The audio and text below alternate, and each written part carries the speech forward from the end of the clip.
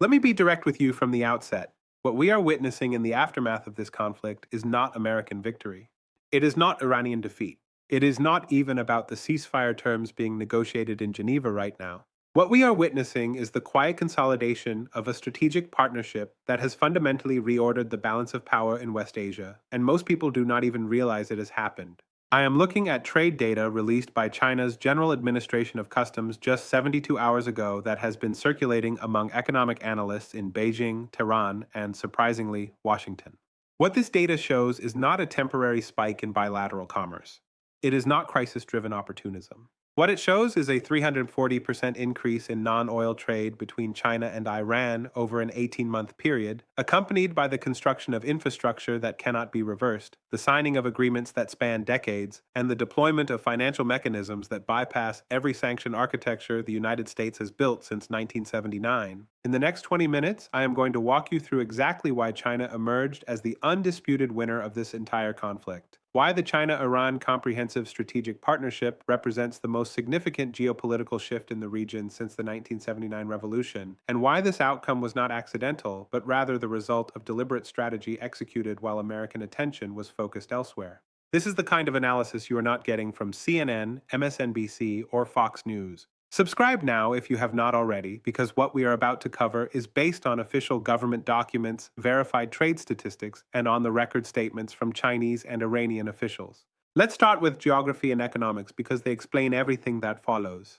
The Persian Gulf contains approximately 48% of the world's proven oil reserves and 38% of its natural gas reserves. Iran alone sits on the world's second-largest gas reserves and fourth-largest oil reserves. For decades, Western companies dominated the extraction, refinement, and export of these resources. That era is over. In September 2024, while American naval assets were positioning in the Strait of Hormuz, and while diplomatic efforts were focused on containing Iranian nuclear advancement, China and Iran quietly finalized what they are calling the 25-year Comprehensive Strategic Partnership. This is not a trade agreement. This is not a diplomatic framework. This is a $400 billion infrastructure and investment program that gives China preferential access to Iranian oil and gas for a quarter century in exchange for Chinese investment in Iranian telecommunications, ports, railways, and manufacturing. To put that figure in perspective, $400 billion is larger than the entire GDP of Norway. It is 3 times the size of the Marshall Plan when adjusted for inflation. It represents the single largest bilateral investment commitment between any 2 nations in the developing world, and it was signed while Western analysts were focused entirely on the military dimension of the conflict. According to reporting by the South China Morning Post and confirmed by Iran's Minister of Foreign Affairs Hossein Amir-Abdollahian, the agreement includes specific provisions for Chinese construction of high-speed rail connecting Tehran to the Chinese border, expansion of Chabahar port to handle Chinese container traffic, and joint military exercises in the Indian Ocean. Bloomberg reported that Chinese state-owned enterprises have already begun preliminary work on 17 major infrastructure projects across Iran, with construction timelines that begin this year and extend through 2035. Subscribe if you are watching this and realizing the scope of what was actually negotiated while the world was watching missile strikes and ceasefire talks. Now, let's talk about what China actually built while everyone was distracted. Announcement number 1, the port of Chabahar, and this one matters more than anything else because it represents China's answer to a problem that has constrained Chinese strategy for 2 decades. Chabahar is located on Iran's southeastern coast, approximately 170 kilometers from the Pakistani border on the Gulf of Oman. It is Iran's only oceanic port with direct access to the Indian Ocean that does not require passage through the Strait of Hormuz. For China, this solves what strategists call the Malacca dilemma. Currently, 80% of Chinese oil imports pass through the Strait of Malacca, a choke point controlled by the United States Navy. Chabahar offers an alternative route. Under the terms of the 25-year agreement, China has committed $280 million in immediate investment to expand Chabahar's container capacity from 5 million TEUs annually to 5 million TEUs by 2027. Chinese state-owned China Harbor Engineering Company has already deployed engineering teams to the site. Satellite imagery analyzed by Jane's Defense Weekly shows new crane infrastructure, expanded berths, and warehouse construction that began in January 2025. But here is what makes this strategically irreversible. Chabahar connects directly to Afghanistan via Highway 606, which China has agreed to upgrade and expand. From Afghanistan, Chinese goods and personnel can reach the Central Asian republics, bypassing Pakistan entirely. This matters because it gives China a land corridor to Iranian energy resources that cannot be blockaded by the U.S. Navy, cannot be sanctioned through SWIFT, and operates entirely outside Western financial systems. Defense analyst Dr. Chen Weihua at Tsinghua University described Chabahar as, and I am quoting him directly here, the infrastructure embodiment of multipolarity. It physically decouples Chinese energy security from American naval dominance. That assessment is not hyperbole. It is accurate. Received. That is announcement number one. Announcement number two, the digital yuan energy trading system. And this is the part that changes the architecture of global finance. On March 14, 2025, while ceasefire negotiations were ongoing, the Central Bank of Iran and the People's Bank of China jointly announced the launch of a bilateral digital currency settlement system for oil and gas transactions. What this means in practical terms is that Iran can now sell oil to China, receive payment in digital yuan, and use those yuan to purchase Chinese goods, all without a single transaction touching the US dollar or passing through SWIFT. According to data published by the People's Bank of China, in the first 60 days of operation, this system processed $7 billion in energy transactions. The Shanghai Petroleum and Natural Gas Exchange reported that Iranian crude is now the third most traded contract on the platform, behind only Russian and Saudi supplies. By June 2025, Iran had become China's third largest oil supplier, delivering 3 million barrels per day, an increase of 340% compared to 2023 levels. Let me be very clear about what this represents. For 50 years, the US dollar's role as the global reserve currency has been anchored to its status as the exclusive currency for oil transactions.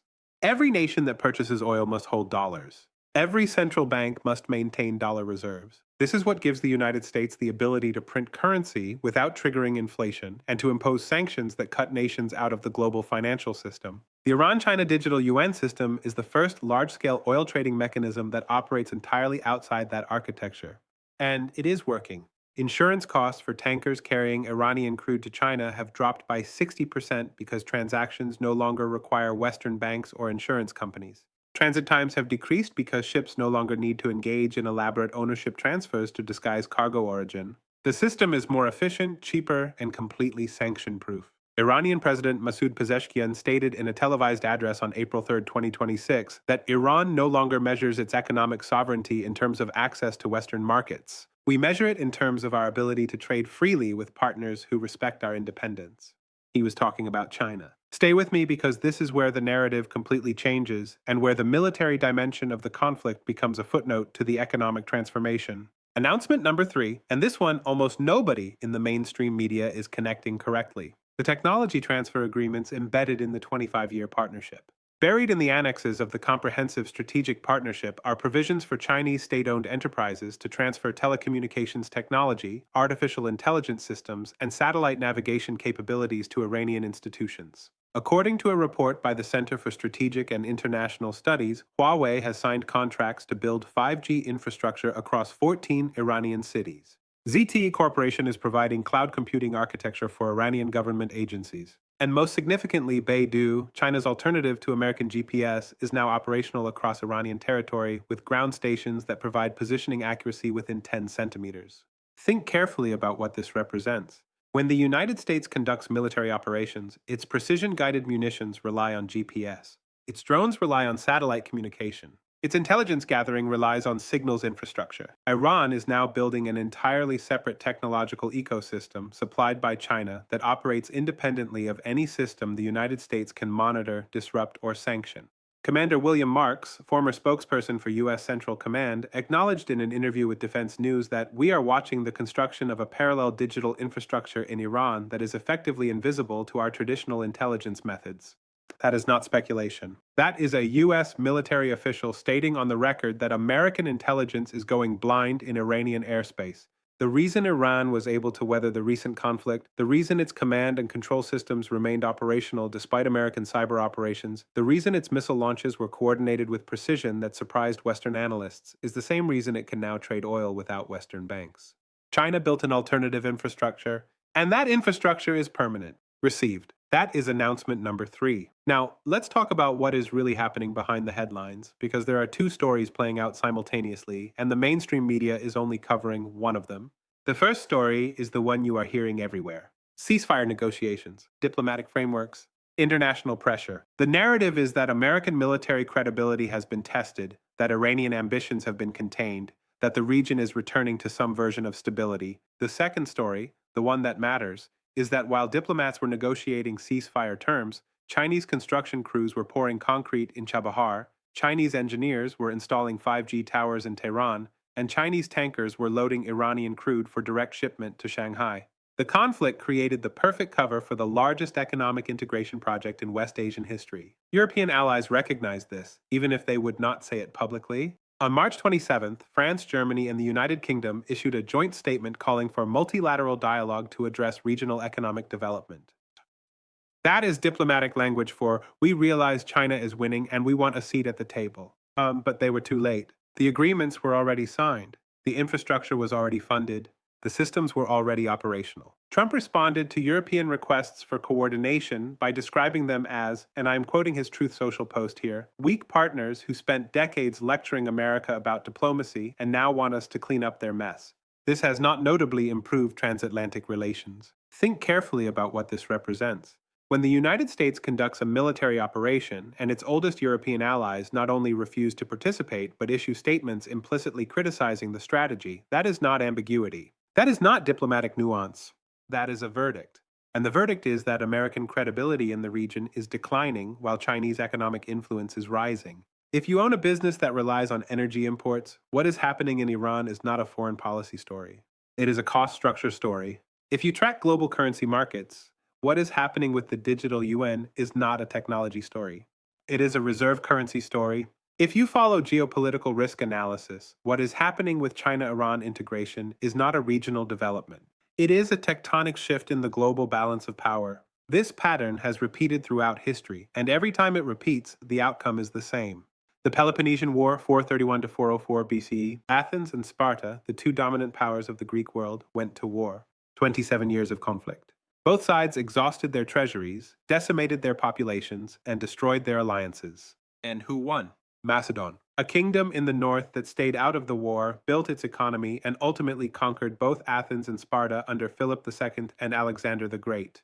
The parallel is exact. The United States is Athens, a naval power with democratic pretensions and an empire built on alliances. Iran is Sparta, a land power with authoritarian governance and a reputation for military resilience. Both are now exhausted from decades of confrontation. And China is Macedon, the rising power that refrained from direct confrontation, focused on economic development, and is now positioned to dominate the region without firing a shot. Chinese Foreign Minister Wang Yi even acknowledged this strategy in a speech delivered at the Boao Forum in March 2025. He stated, and I am quoting directly, "China does not seek hegemony through military power. We seek partnership through shared development. History shows that empires built on force collapse under their own weight, while civilizations built on commerce endure for centuries." That is not rhetoric. That is a statement of grand strategy. And it is working. So where does this leave us? Let me give you 3 clear paths, because there is no honest middle ground here. Path 1. The United States acknowledges the new reality and negotiates a multilateral framework that includes China as a legitimate stakeholder in West Asian security and economics.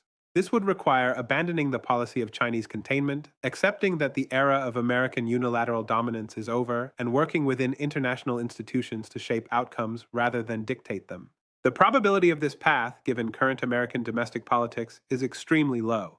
Neither party has shown any willingness to publicly acknowledge multipolarity as permanent. Path 2. The United States doubles down on confrontation. This means expanded sanctions on both Iran and China, increased military deployments to the Persian Gulf, and efforts to disrupt Chinese infrastructure projects through covert means. This path leads to escalation, higher energy prices, increased risk of direct military confrontation, and further alienation of European allies who have no interest in a new Cold War. It also accelerates exactly the outcome it seeks to prevent, which is closer China-Iran integration as both nations perceive existential threats from Washington. Path 3, and this is the path I believe we are currently on, a managed decline of American influence in West Asia as China fills the vacuum economically while the United States maintains military presence without strategic coherence. This is the worst of both worlds. American taxpayers continue funding bases and carrier groups that cannot prevent Chinese economic integration. Regional partners lose confidence in American commitments and hedge by improving relations with Beijing. And the United States finds itself with all the costs of empire and none of the benefits. I think we are closer to path 3 than the headlines suggest. The evidence is in the infrastructure data. Chabahar port is expanding. The digital UN system is processing billions in transactions. Chinese 5G networks are operational across Iran. None of these developments require American permission, and all of them are accelerating. But here is the critical variable that could change everything. If oil prices spike due to supply disruptions, if inflation becomes politically untenable in the United States, if European allies break definitively with Washington over economic policy, we could see a rapid shift to Path 1, where negotiations become unavoidable. Alternatively, if there is a major security incident, a Chinese military installation attacked, a tanker sunk, an infrastructure project sabotaged, we could see an equally rapid shift to Path 2, where confrontation spirals beyond anyone's control. Here are the questions I want you to take away. First, can the United States sustain a strategy of military presence without economic integration in a region where its primary competitor is offering hundreds of billions in investment? Second, if the digital yuan energy trading system expands to include Saudi Arabia, the UAE, and other Gulf states, at what point does the petrodollar system become irrelevant? Third, what happens to American alliances when partners realize that aligning with Washington means foregoing economic opportunities that Beijing is offering without political conditions? Tell me in the comments what you think the administration does next. Tell me if you think China's strategy is sustainable or if there are vulnerabilities I have not addressed. Tell me whether you believe the Iran-China partnership represents a permanent realignment or a temporary arrangement of convenience. We will keep tracking every development in Tehran, Beijing, and Washington because this story is far from over. Subscribe now. Share this analysis with everyone in your network who is trying to understand what is actually being decided while the media focuses on ceasefire negotiations. Turn on notifications so you do not miss the next update. What we are witnessing is not the end of a conflict. It is the beginning of a new order, and the country that won this war never fired a shot. That is what makes it the most important geopolitical development of the decade.